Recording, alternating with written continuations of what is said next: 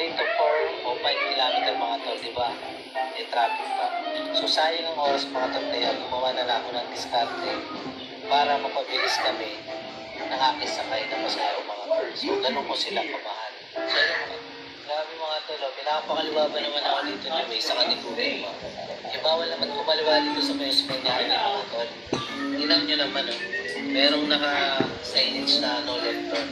Tapos paglagpas ko ng Center Island, pinag-u-turn naman ako dyan. Eh ba? Sinisiwa ng list.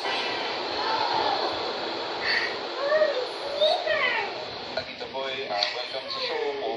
Hi, kami yung guest dito. Pero, ang tanong ko lang, kailan huling tumubod yung police stand ng buhok sa iyo? Hindi ko alam kung kailan. Wala kang pakialam.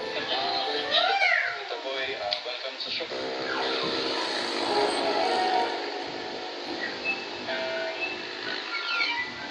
Maliban sa kasoy at strawberry, nagbigay ng prutas na nasa labas ng buto.